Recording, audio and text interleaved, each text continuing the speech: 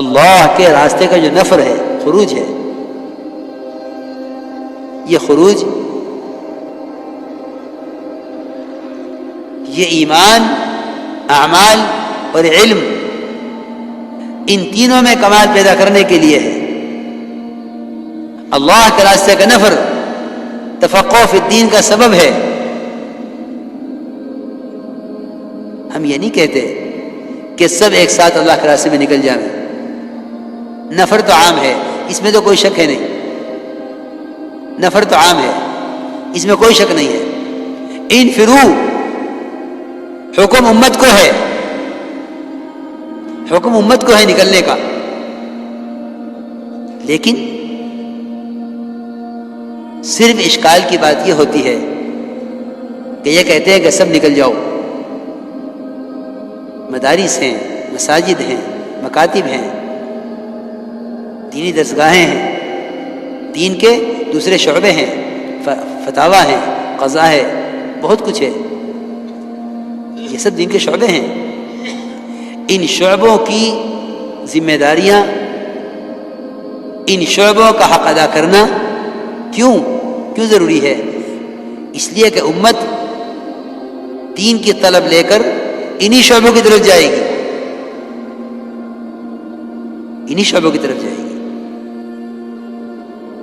اس لیے ہم بھی نہیں کہتے اور قرآن بھی یہ نہیں کہتا کہ دین کے شعبے چھوڑ کر نکل جاؤ، قرآن بھی یہ نہیں کہتا، بلکہ قرآن نے بھی یہ کہا ہے کہ ایمان والوں کے لیے یہ مناسب نہیں ہے کہ سب یکبارگی نکل جائیں۔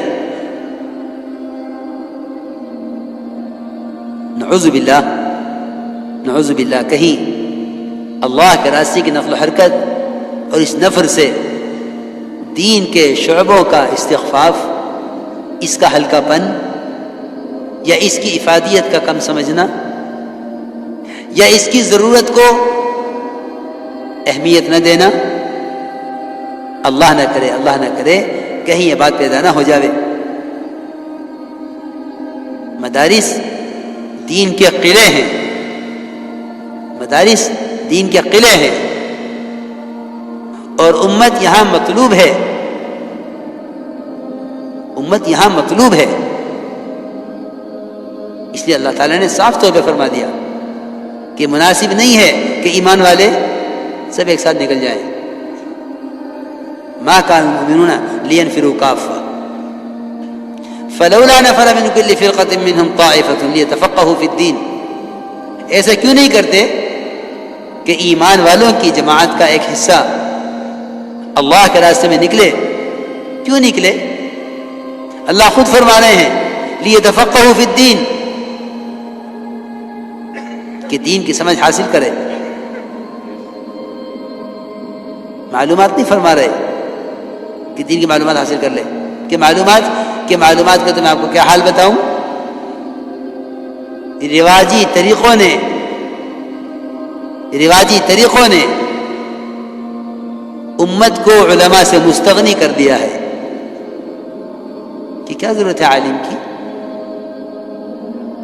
ایک بٹن دباؤ، جو سے چاہو مسئلہ دیکھ لو، جو سے چاہے حدیث دیکھ لو۔ حالانکہ تربیت جو صحبت کو چاہتی تھی، خدا کی قسم صحبت تو انسان کے علاوہ کوئی مخلوق قابل صحبت ہے ہی نہیں۔ صحابہ نے آپ کی صحبت سے علم لیا ہے، تابعین نے صحابہ کی صحبت سے علم لیا ہے۔ مصاحبت تو اور تربیت تو کسی مخلوق سے ممکن ہی نہیں ہے سوائے انسان کے۔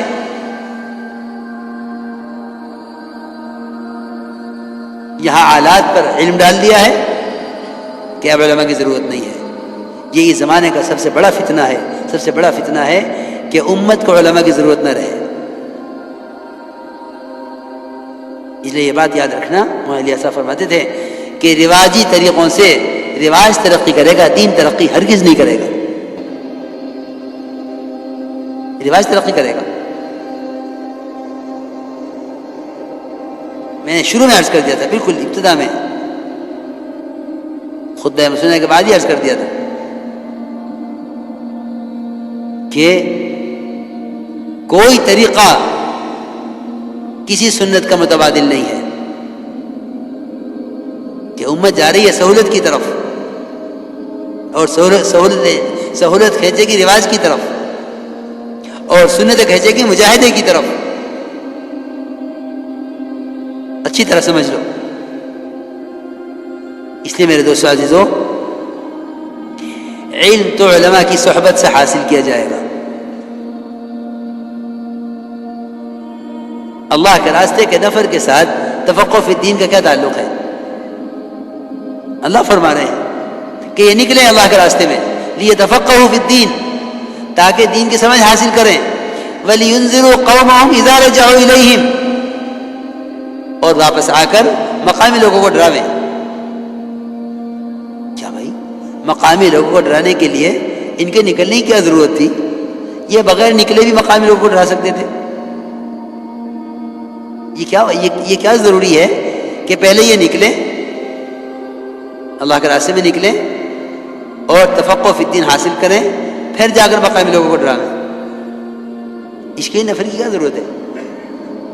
اللہ کے راستے کا نفر لازم ہے اور متعدی ہے. اس آیت کے اندر دونوں چیزیں اللہ نے بیان فرما دی ہیں کہ لازم بھی ہے، متعدی بھی ہے، اپنے لیے بھی ہے، دوسروں کے لیے بھی ہے. لیتفقہوا فی الدین لازم ہے، وَلِيُنذِرُوا قَوْمَهُمْ إِذَا رَجَعُوا إِلَيْهِمْ یہ متعدی ہے کہ اپنے لیے بھی نکلنا ہے اور دوسروں کے لیے بھی فائدہ ہے.